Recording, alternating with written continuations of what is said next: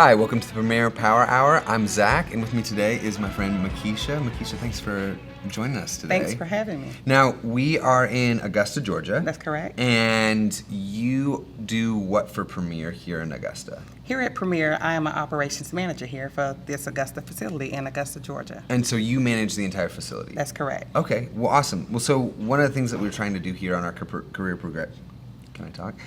progressions is that want to understand people's story because we really believe that Premier has a great culture and a great team. And so can you tell us a little bit about yourself and how you came to Premier? Yes. Well, again, I'm Mekesia Yarborough, and I've been in distribution and manufacturing for about 21 years now. Okay. And I was looking for a change. Okay. I've been doing manufacturing training. I've been doing, just a combination of those things for the last 21 years. And Okay. I wanted something different and more, but I didn't know what I wanted. Sure. And I came across Premier by meeting Corey Edwards. He Okay. was the Southeastern operations manager at the time. Okay. He said a lot of great things about Premier Packaging and the stability and different things of that nature. And Yeah. it just had me interested. So then how did you cross paths with, was it Corey? Is that what you said? Corey, yes. Corey, yes. So how did you guys cross paths? I put in for a job for a key account manager Okay. or something like that, and I applied. I got a call from him. Yeah. And honestly, when he called me the second time, I didn't even remember applying for the first time. Really? So it was kind of funny, but yes, and we linked up. I put in an application. Yeah. I was interviewed, and Here we are. 2 years later, I'm here. 2 years later? 2 years later. Okay, now that's a much longer process than I would Yes. expect. So what did that look like? Why was it 2 years? One, I don't think it was the right timing. I'm just Okay. going to say that. Okay. When I did first initially put in for the job, it was for a different position. The Okay. position was a customer service / account manager. Okay.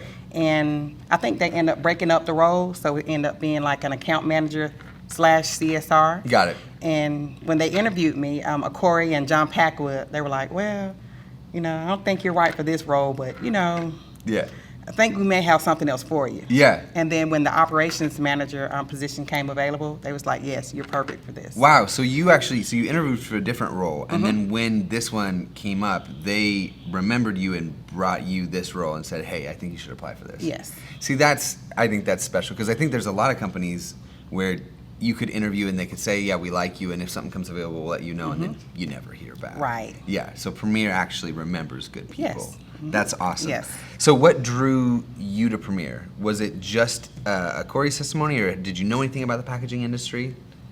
Yes, there's a packing industry here up the street. Okay. I don't want to mention names. That's but- all right. All right. But I applied there. Okay. I did get the job there. Yeah. But I have a little OCD. So Okay, walking into all the right. facility to do the tour, I'm like, there's no way I can work here. I'm sorry, I can't. There's stuff everywhere. What kind of stuff did you see? Corrugate stuff all over the floor. Yeah. From different packaging and different things like Yeah. that. So it really bothered me to the point where I turned down the job. You just said based on the cleanliness Yes, I and couldn't this do it. organization, we're not doing this. Right, no 5S whatsoever, no cleanliness, no nothing. So I couldn't do it.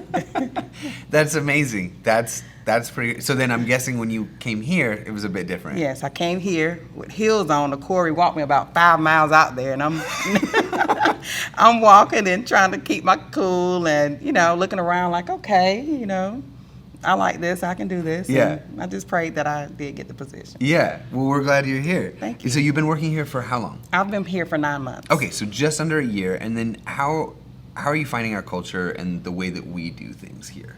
The way that you do things are definitely different. Mm-hmm. Not bad or good, it's just different from what I'm used to. Okay. I am learning here at Premier that there is a Premier way, Mm-hmm. and with that Premier way, that you can reach out to just about anybody, and they're very helpful. Yeah. You can call, Dennis Wood or Corey, John Packwood, anyone, and they'll be able to give you an answer. If not, they will get it for you. Yeah, absolutely. I think that's something that, as we've been doing these things, and I'm going to sound like a broken record, we should actually clip together all the times that I've said this in these interviews, but that's the most common thing that people say is that if you stop to ask for help, people really care and they want to give you the answer and they will follow up with you. And I think that just from being in a sales role here at Premier, that's pretty unique. That's something that I don't necessarily see. They're like, you're a man or woman on an island, go sell, figure it out. But you have a whole team behind you, at least on the sales staff. And as we've interviewed other people in other roles, it sounds like it's exactly the same thing. Yeah. Yeah. As an operations manager, you have a lot on your plate. What are some of the different things that you have to juggle being an operations manager? Everything from people, that's one, people, leadership, the different personalities, also the vendors, and just your overall workload. Okay. So a lot of things, but again, I like a lot of things being on my plate. It helps today, and also helps me to be a better person. Which one of those things, and I'm sure you handle all of them really, really well, but which one of those things do you go, if this could get taken off my plate, maybe I don't have to do this? Is it people? Is it vendors? I know it's not vendors. I'm guessing it's people. It's people. It's people. If I had little robots running around. Right, exactly. That would be amazing. That would be Everything amazing. as an operations manager, I can understand that Yes. for sure. What is your normal work day like? A normal work day is getting up before your team gets up, maybe 4 or 5 o'clock in the morning, running reports, going ahead and checking to see what the day entails before you get there. Yeah. And then, of course, coming, checking emails, returning calls, and making sure that you're staffed up to handle the day. Yeah. What kind of reports do you have to run here at Premier? Like your OR2 reports to Okay. see, what needs to be shipped out, Okay. what's on back order, Yeah. what's on hold, anything like that. Yeah. Also, IC1 reports, cycle counts, Okay. different things of that nature. See, this is all the stuff that I don't see that you're just doing in the background that helps all of us. Had you been in other management roles before being in a role like this? Yes. You had. Okay. So then you can probably talk to what it looks like, what makes an effective leader. What do you feel like makes an effective leader? I think one, communication. Okay. You have to be transparent. Also, you have to be, I think, either a self-taught or a natural-born leader. Because if you're off as far as in being able to lead, or people see you're a little hesitant about leading, or you're a little unsure, it makes me, a little bit on edge. Like, hold up. for sure. They're kind of, unsure about, what's going on. Yeah. So, that's about it. How have you like read books or how have you developed the skills of becoming a more effective leader over your career? Besides being hands-on, I do read. Okay. Visionary is one book that I'm reading now. Nice. Yes. The Richest Man in Babylon is another one that I'm Okay. reading. So All right, I do taking notes. like to read. Okay. I like that. What would you tell other people about the possibility of leadership and advancement here at Premier? I would say that the opportunities are endless. Right now, you come in, you pretty much, get to perfect your skill, and there's so many things that you can learn here. And the only thing you have to do is really go up to, your person that you report to, and you'll tell them, hey, can I learn more of this or more of that? And they're so willing to help you and to take you to the next level to where it's crazy. So, yes. Kind of an open door policy. Very much. Here at Premier Packaging. Yeah. I think as we've talked to some folks, what's also come up continuously is that we seek out and we promote really good people and really want to see other people succeed. And it sounds like you've found that here at Premier to be true. Absolutely. Yeah. Yep. Well, great. What's next for you here at Premier? Operations manager? With the structure, it changes from Yeah. time to time. Okay. So whatever the next level or the next level or two is, I want to be there. Yeah, absolutely. By the end, do you have goals set for like the end of the decade or for the end of this or that or any of that kind of stuff? I would say by the end of the year or two. There you go. Yeah. Okay. I like it. You have to claim it. Yeah, absolutely. Name and claim it. I like That's that. Well, we have a little fun game that we like to play here at the end of it. It's called What's in the Box. Okay. And so it's just a question that's just random. Okay. It helps us get to know you a little bit better. Okay. Are you down to play? I am. All right. So if you were now, do you ever take a vacation? Are you one of these people that doesn't ever take a vacation, or do you actually take some I time away? actually take time away. Good for you. Okay, so if money was no object, here, let me get the question right. I want to make sure I get the question right. Okay. Describe your dream vacation if money was no limit. Now, I'd like to also preface this with the idea that work is going to be fine. You don't have to be back to work at a Okay. certain time, so All you right. can take your time with this. It can be a month vacation, Okay. 2 months. This is just dream vacation. Money is no object. Okay. The dream vacation for me would be to go to a location, nice sandy beaches and water. Okay. For one, I don't like cold weather. Okay. So nowhere. Not doing nowhere like an cold. Alaska cruise or any of that stuff. No. Also, to not have to answer phones or There you go. text, emails, calls, Amen.